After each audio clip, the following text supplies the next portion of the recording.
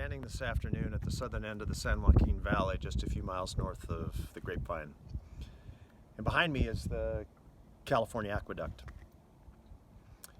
The historian Donald Worster, in a book called Rivers of Empire, stood on the banks of the Friant-Kern Canal, which is just a few miles from here, east of Bakersfield, and observed that perhaps there was no place better to look for the principal features of modern society in the American West, but in California in particular.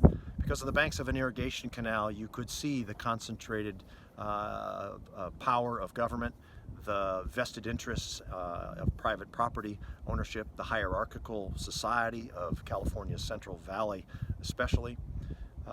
Also hard work, ambition, and the long-standing effort in California to dominate nature.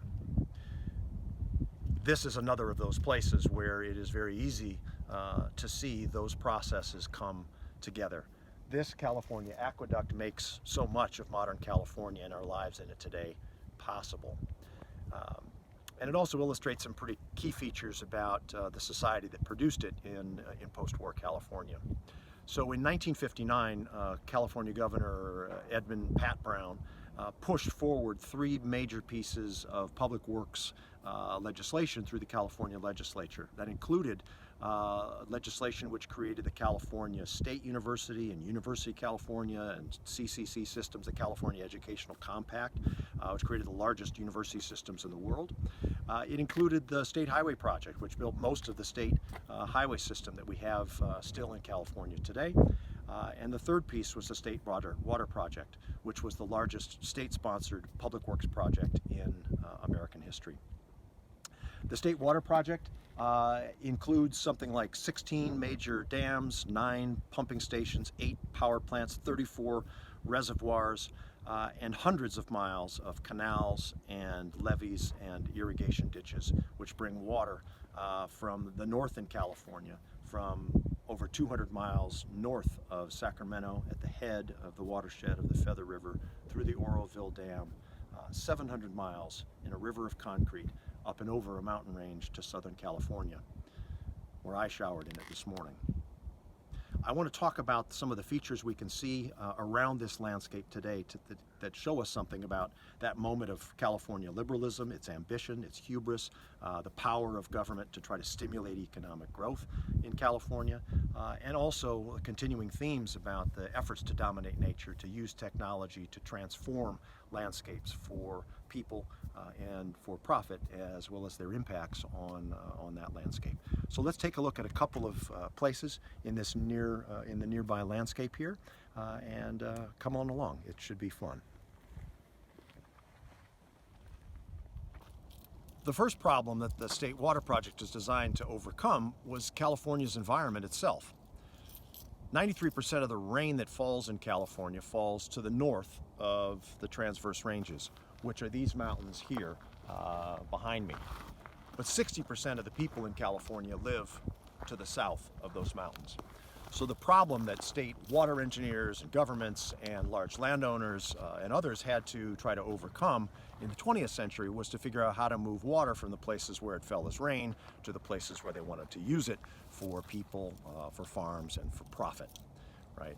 Well, the place where most of our water collects in California, of course, is on the Sierra Nevada, where it falls in the wintertime as snow.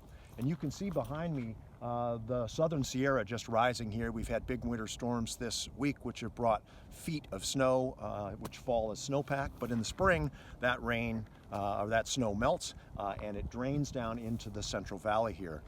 And it transforms the valley into a lush and verdant region. But then in the summertime, no rain falls here, and so it's impossible to grow crops in the Central Valley without irrigation of some kind. And so the State Water Project was designed to fill out that need for more irrigated water in the Central Valley by bringing water to parts of the valley that were the driest and also had not already been irrigated. And so the State Water Project tried to overcome the problem of rainfall and the natural hydrology of California by moving that water from the Sierras, from the far north in California, to portions of the southern and western valley that hadn't been irrigated before, but especially across the mountains to Southern California, where the thirsty cities of Los Angeles and San Diego and Orange County were in the process of growing. So the next place we're going to go is to try to figure out how they managed to take that water from this valley up and over those mountains to Southern California, where they wanted and needed it.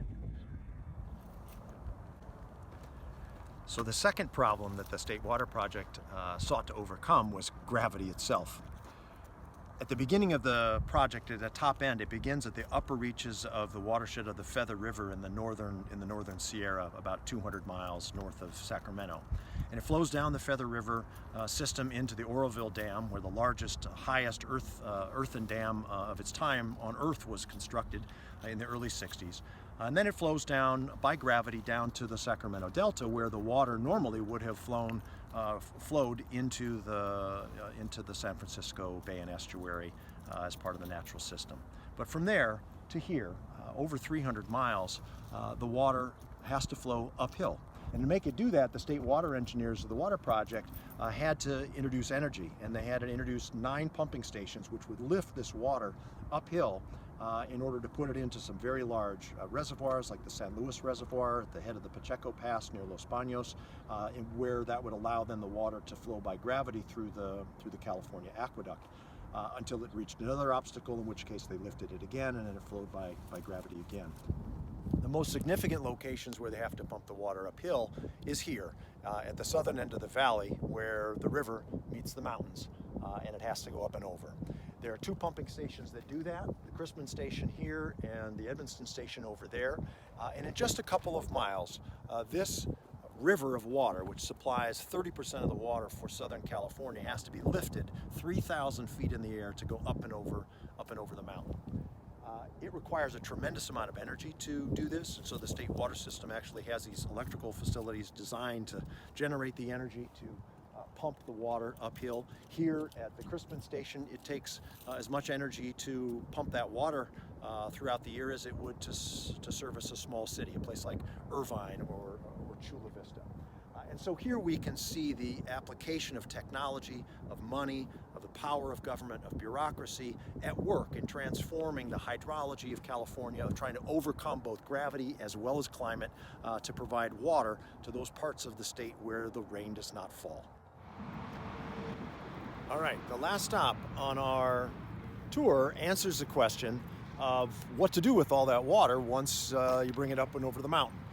And that question is answered by a series of storage reservoirs that the State Water Project built all up and down the state. This is Pyramid Lake, and with its companion Castaic Lake, which is just a few miles down the Grapevine south of here, this is a storage facility for most of the water that comes up and over the Tehachapi Range to Southern California. About 1/3 of San Diego's water, by one estimate, comes out of the Metropolitan Water District in LA and is fed out through from the State Water Project. So if you opened your tap in San Diego today, some of that water probably came through the Pyramid and Castaic Lake and through this system. So here we have one of 34 storage reservoirs that were created, just a couple of pieces of this extraordinary, monumental really, piece of technology which was designed to re-engineer the whole water and hydrologic system of California in the middle part of the 20th century, and which continues to form the basis for the modern economy and society and politics of California today. So, the State Water Project, 1959, and its many features along the way.